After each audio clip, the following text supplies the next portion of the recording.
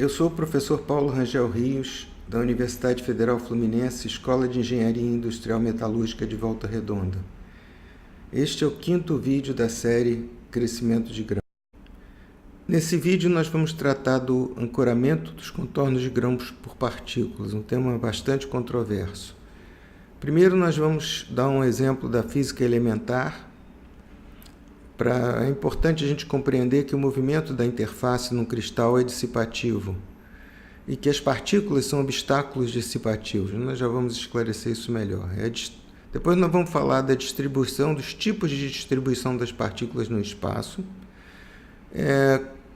quais os mecanismos pelos quais a interface ultrapassa uma partícula, quer dizer, a interface pode passar a partícula indo através da partícula ou então envolver a partícula. Vamos falar o que é raio crítico ou raio limite, que eu prefiro essa expressão, e área interfacial por unidade de volume crítica ou limite dos grãos.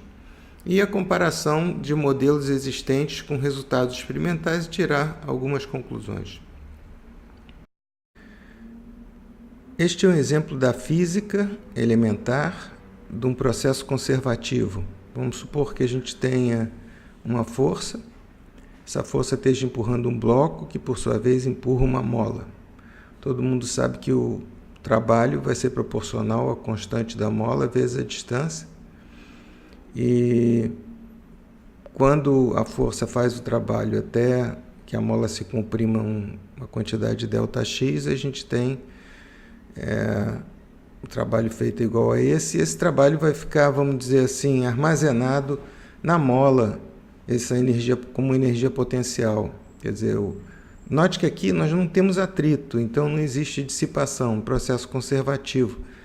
Quer dizer, o mesmo movimento pode ser contemplado na volta. Quer dizer, se eu tirar essa força ou manter, soltar a mola vai empurrar contra uma força, por exemplo, proporcional para que seja mantido o equilíbrio, e o bloco vai voltar à posição inicial e nada vai ter acontecido. Essa energia potencial vai ser gasta para empurrar o bloco contra essa força e voltar ao ponto inicial. Então esse é o processo conservativo.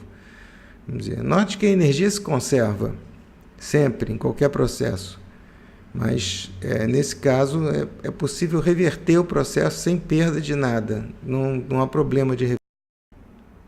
Aqui é um caso de um processo com atrito. Nesse caso, a gente tem um processo dissipativo. Nós vamos explicar por quê. Aqui a força empurra o bloco, e nós temos uma força normal, devido, por exemplo, ao peso, e oposta à força que empurra, nós temos uma força dada pelo coeficiente de atrito vezes a normal. Quando esse bloco é empurrado por essa força, nós novamente temos um trabalho que é feito contra a força de atrito, só que dessa vez, quando o bloco chegou nessa posição aqui, não tem como o bloco voltar, porque agora o trabalho foi dissipado, vamos dizer assim, se transformou em calor. E não há como eu aproveitar esse calor de novo para fazer com que o bloco volte. Ele não está armazenado como energia potencial, como da outra vez. Então, a energia se conserva, mas o trabalho é dissipado, vamos dizer assim. Desculpem, eu não estou usando um vocabulário muito preciso, mas isso, de certa forma, é de propósito. Quem quiser muita precisão, consulte os textos de termodinâmica, que está melhor. Então, o calor é produzido e esse processo é irreversível. Não há como eu voltar o bloco à posição inicial, porque o atrito se dissipou, o calor foi gerado e passou para a atmosfera, não tem o que fazer. O que é interessante é que quando a interface começa, uma interface dentro, por exemplo, o contorno de grão se move dentro da matriz, a gente tem aqui a posição inicial, a posição final. Essa interface só pode se mover se houver um decréscimo de energia livre. No caso do contorno de grão, essa energia livre é exatamente, como nós já vimos em vídeos anteriores, a energia livre localizada nos contornos. A interface vezes a energia interfacial. No caso, eu estou representando a interface reta, mas os contornos de grão nós já vimos, em geral, são curvos, e a curvatura proporcional à velocidade com que eles se mexem. Mas vamos supor que a gente tenha, só para fins esquemáticos, as interfaces planas. De qualquer maneira, a gente teria que ter um decréscimo de energia livre, ΔG, para que essa interface se movesse da posição inicial final. Enfim, gasta-se energia livre, quer dizer, ΔG decresce para que a interface se mova. Esse é um processo análogo ao processo anterior que a gente mostrou do bloco com atrito, porque é um processo dissipativo.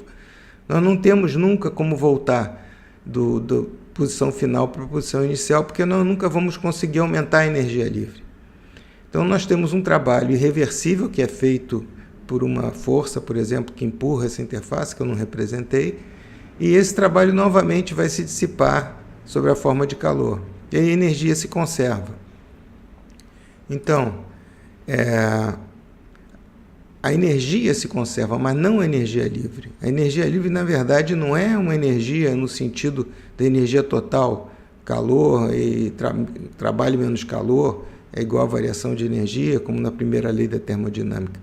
A energia livre é mais relacionada à variação da entropia do que a da própria energia. Então, quando o trabalho é feito irreversível, há um decréscimo de energia livre, e que é numericamente igual à quantidade desse trabalho irreversível que foi feito. Esses são pontos básicos. O mais importante da gente gravar aqui é que a energia passa, a interface caminha pelo cristal, é um processo irreversível. Eu preciso decrescer alguma energia livre para que esse processo ocorra. Vamos dizer, é como se tivesse atrito, que envolve a quebra e de ligações, e que essas ligações de novo sejam restabelecidas. Isso envolve dissipação. Aqui nós temos quando a gente coloca uma partícula. Então, essa partícula ela vai ser um obstáculo ao movimento da interface. Então, para que a interface ultrapasse essa partícula, ela vai precisar gastar uma certa energia livre, vai precisar dissipar mais energia livre por causa do mecanismo que ela vai ter pelo qual ela vai adotar para poder ultrapassar a partícula, ultrapassar esse obstáculo. Tá certo? Então, nós não temos mais a variação total de energia livre que a gente tinha antes. A gente tem um ΔGP que aqui é positivo, que vai decrescer a energia livre disponível que eu tinha. Enfim, o movimento da interface vai ser retardado pela presença de partículas, porque as partículas requerem que uma parte dessa energia seja gasta para que a interface ultrapasse as partículas. Essa é a questão. Então, na presença de partículas, nós temos menos energia livre disponível para mover as interfaces. Essa é a origem do ancoramento dos contornos de grão. Vai haver um ponto em que a energia livre disponível para mover as partículas vai ser igual, por exemplo, à energia que eu tenho que gastar para passar pela... a energia livre para mover a interface, ela vai ser igual à energia que eu tenho, que eu preciso para ultrapassar as partículas. Nesse caso, a interface não pode andar, porque toda a energia que deveria ser usada para mover a interface, ela tem que ser gasta para ultrapassar as partículas. Então, não pode haver movimento interfacial. Então, o crescimento de grão cessa, nós temos a chamada estagnação. Bem, aqui nós temos uma situação, e isso é uma fonte de muita confusão para quem estuda ou quer se familiarizar com o efeito das partículas. Veja, a disposição das partículas no espaço que nós estamos estudando nesse vídeo é essa disposição. As partículas estão localizadas aleatoriamente no espaço. É claro, eu desenhei aqui, para facilidade do meu desenho, eu desenhei grãos hexagonais iguais, que têm interfaces retas, esses grãos não poderiam crescer. Mas isso é um esquema, esses grãos, na verdade, têm tamanhos diferentes, interfaces curvas, enfim. Mas o importante aqui é que a disposição das partículas está aleatória no espaço. Então, os modelos que a gente vai ver aqui são baseados nessa ideia. Uma outra possibilidade é quando a gente tem muito poucas partículas em relação ao tamanho de grão. Por exemplo, quando a gente tem partículas muito grandes, isso acontece. Esse caso é típico quando a gente tem partículas pequenas. E aí a gente tem frações volumétricas pequenas, mas mesmo assim a gente tem uma quantidade de partículas grandes. Por exemplo, uma partícula de nióbio nos aços, ela pode ter na austenita, em torno de 200 nanômetros, e nós temos tamanhos de grão aí de 20 microns. Então, se a gente fizer aí a fração volumétrica em torno de 0,05, uma coisa por aí. Então, se a gente fizer as contas, a gente vai ver, eu não vou entrar nesse lado estereológico, a gente vai ver que a gente tem muitas partículas de carboneto de nióbio, por exemplo, dispersas no espaço e que vão funcionar para ancorar os contornos de grão da austenita, no caso desse exemplo. Aqui, por exemplo, ocorre quando eu tenho frações volumétricas altas, por exemplo, mais de 3%, e partículas grandes, né? Então, eu tenho a possibilidade de ter poucas partículas, podemos ter até grãos que não tem partícula nenhuma nos contornos. Aqui eu representei todos os grãos com partículas, mas alguns contornos a gente vê que estão livres de partículas, então não há nenhum obstáculo. Nós não vamos estudar esse caso aqui, esse caso é um caso que foi estudado pelos pesquisadores Harun e Budworth.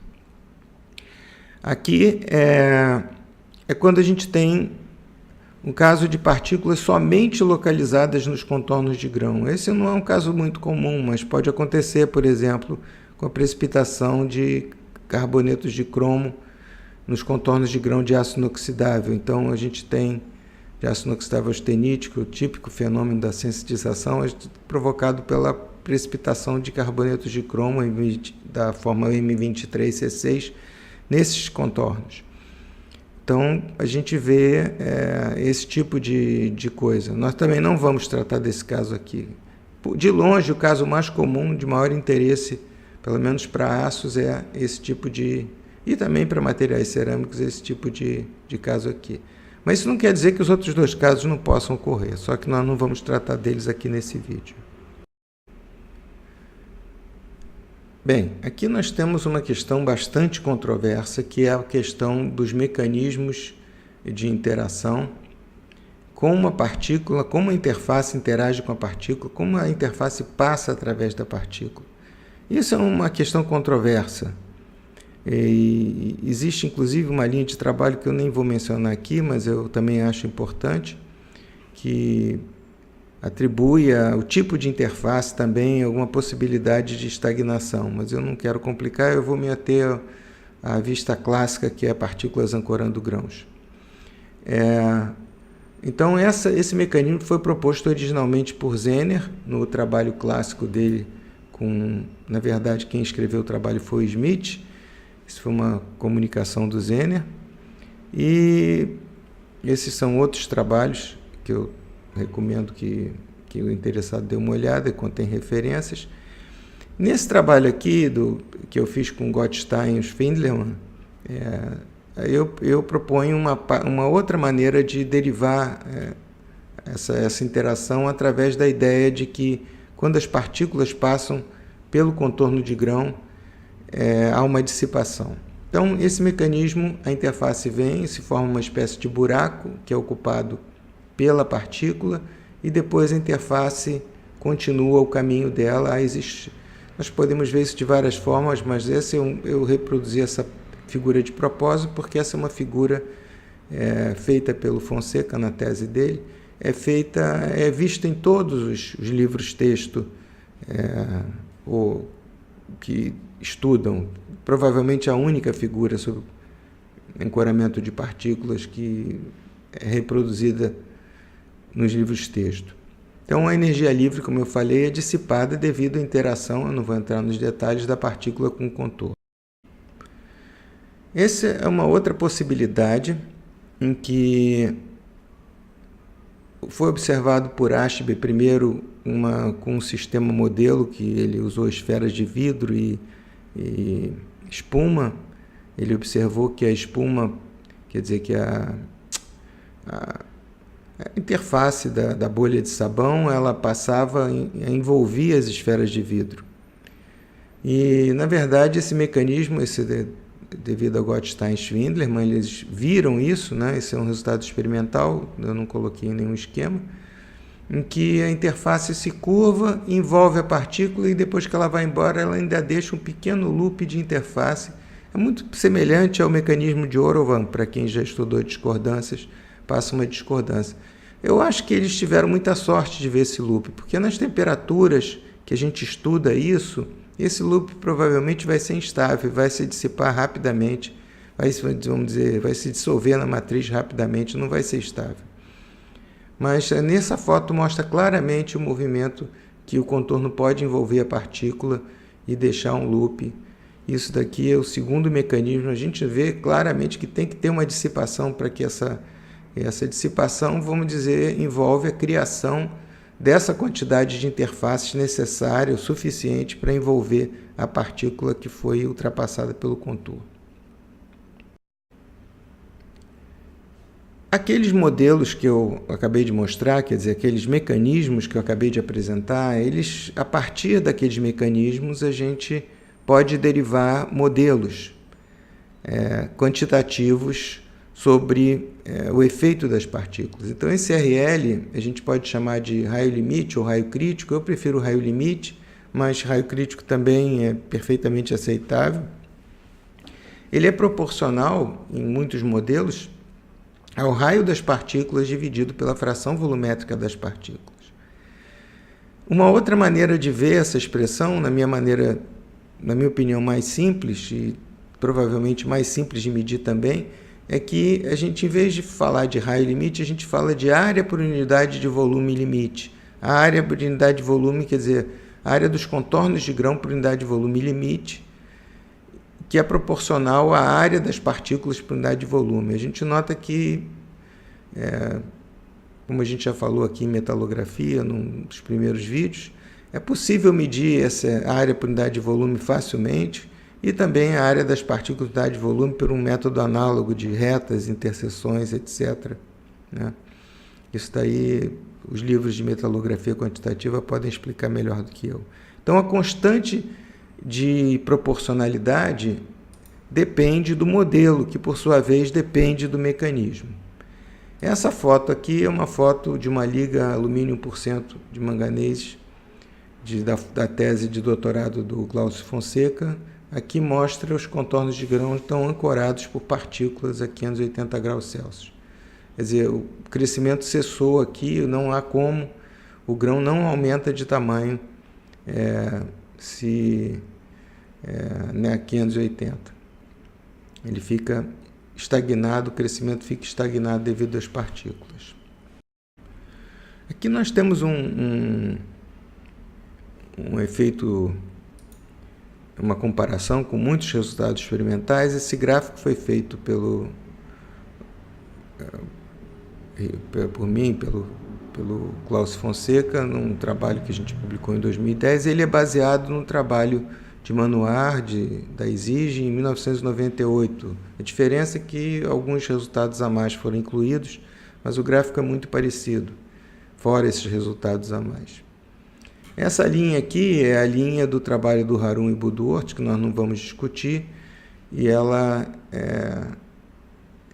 descreve quando a gente tem fração volumétrica, vamos dizer, acima de 3% de partículas. As outras linhas correspondem aos diferentes modelos. Então, essa linha daqui mais externa é um modelo que eu chamo Zener livro-texto.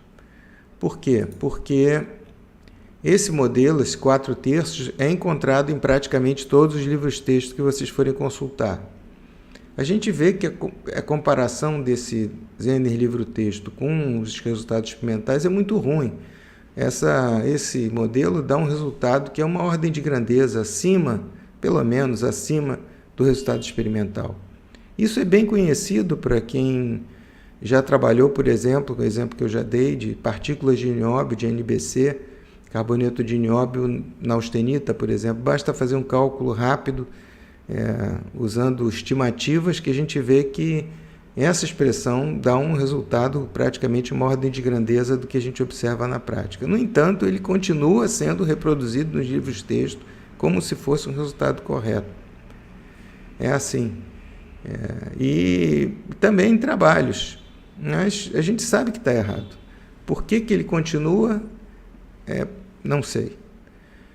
Esse é um outro modelo que eu chamo de Zener corrigido, usando o mecanismo de Zener que eu mostrei, mas sem o erro que essa expressão contém. Ele vê que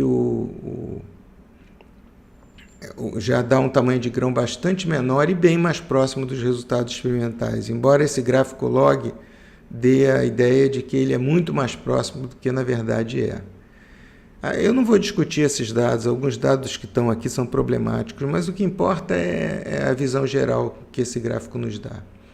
E o terceiro é baseado num trabalho que eu publiquei em 87, e a gente vê que dá um resultado muito bom.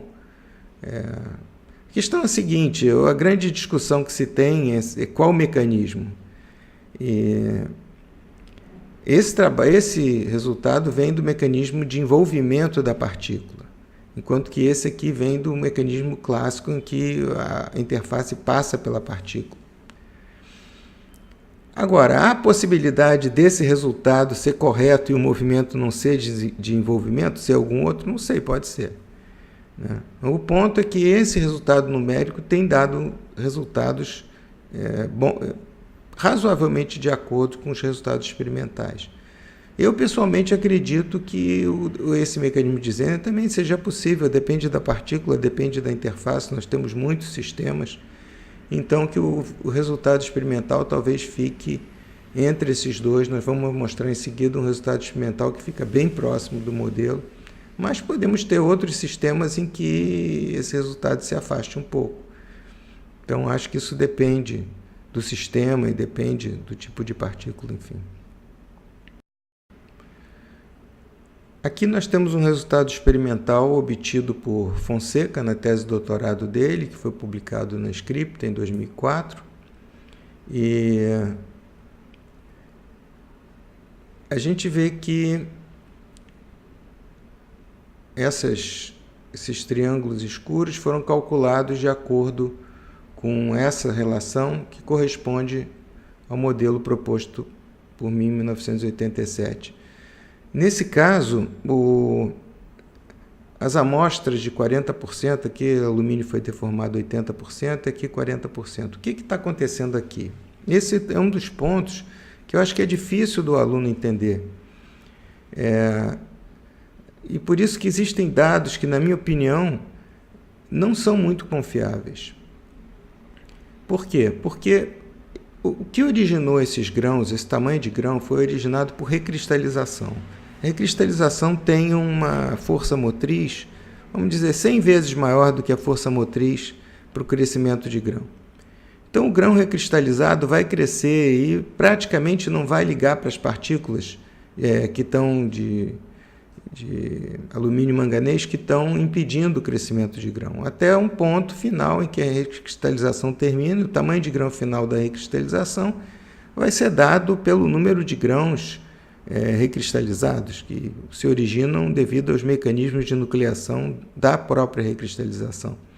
Então, quando a gente tem 80%, a gente espera, isso está de acordo com as leis da recristalização, um tamanho de grão mais fino, ou seja, uma área por unidade de volume de grãos maior. Quando a gente tem 40% de deformação, a gente tem menos núcleos da recristalização, a gente termina com um tamanho de grão maior, ou seja, uma área por unidade de volume menor. Nesse caso, então, esses grãos, depois da deformação de 40% da recristalização, são muito maiores do que os tamanhos de grão limite. Então, não pode haver crescimento de grão, desses grãos, porque eles estão muito maiores do que o tamanho de grão limite. A força motriz para que esses grãos cresçam é menor do que a força, do que a energia necessária que vai ser dissipada para esses contornos ultrapassarem as partículas. Então, a gente diz que esses grãos estão permanentemente ancorados, não tem como eles crescerem. Já no caso do 80%, a gente vê que esse tamanho de grão está mais ou menos compatível, o tamanho de grão recristalizado está mais ou menos próximo do tamanho de grão limite. E à medida que a gente vai aumentando a temperatura, a quantidade de partículas vai diminuindo, porque vai dissolvendo, e o grão vai acompanhando o tamanho de grão limite. dizer, nesse caso, não está plotado nem o mecanismo de Zener corrigido, e muito menos o mecanismo de livro-texto, porque os resultados ficaram muito próximos desse mecanismo aqui. Então, o mecanismo de Zener corrigido estaria bastante longe dos resultados que a gente obteve, e o mecanismo de Zener livre-texto, então, estaria totalmente fora do gráfico. Podemos, então, tirar algumas conclusões. Primeiro, o contorno de grão, o movimento dos contornos de grão é um processo dissipativo. A presença das partículas dificulta o movimento dos contornos de grãos porque requer uma energia livre extra para que esses contornos ultrapassem as partículas. E a presença dos contornos de grão pode ancorar os contornos de grão, levando à estagnação do crescimento de grão. Quer dizer, nós podemos ter duas situações. A primeira, em que nós temos um grão pequeno e esse grão cresce, num policristal com partículas, esse grão cresce até atingir o raio de grão limite, o crítico, e isso daí e aí nesse ponto o crescimento de grão cessa. Uma outra possibilidade que é muito comum e também fonte de uma certa confusão para quem estuda esse fenômeno é que o tamanho de grão pode se originar da recristalização do material ou de uma transformação de fase que ocorra no material. Então, o policristal que se origina, por exemplo, depois de uma recristalização, tem um dado tamanho de grão, e esse tamanho de grão não é função da distribuição de partículas, é função das características da recristalização. Então, esse tamanho de grão pode ser menor do que o raio de grão crítico ou pode ser maior. Quando esse tamanho de grão oriundo, por exemplo, da recristalização é maior do que o raio limite ou raio crítico, esse policristal, embora ele tenha um tamanho de grão maior do que o raio crítico, e não pode mais crescer. Tá certo? Não pode haver crescimento de grão, porque ele já está com um tamanho acima do tamanho do raio crítico. A energia disponível para o crescimento de grão ela é menor do que a energia necessária para ultrapassar a dispersão de partículas na matriz. Então, não pode haver crescimento de grão. Então, outra coisa é que o contorno de grão pode ultrapassar a partícula passando através dela ou envolvendo a partícula. Cada mecanismo dá origem a um modelo específico e eu devo mencionar a controvérsia envolvendo esses dois mecanismos. E a comparação com os resultados experimentais sugere que o tamanho de grão, ou área por unidade de volume crítico, ou limite, é dado pela fórmula, seja em função do raio da fração volumétrica da partícula, seja em função da área por unidade de volume das partículas.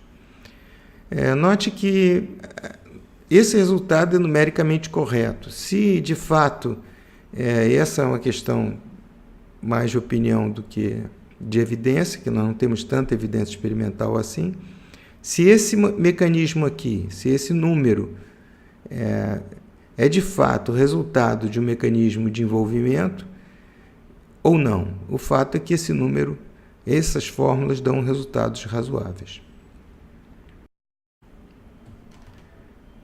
Estamos chegando ao final do 5º vídeo e novamente eu queria agradecer aqueles que têm me acompanhado até aqui. A resposta tem sido boa e continuo recebendo incentivos de várias pessoas para continuar o vídeo, a série de vídeos. Acredito que tenhamos mais 1 ou 2 vídeos para encerrar essa série, provavelmente mais 1, talvez mais 2, para encerrar essa série. O próximo vídeo provavelmente vai ser sobre crescimento anormal.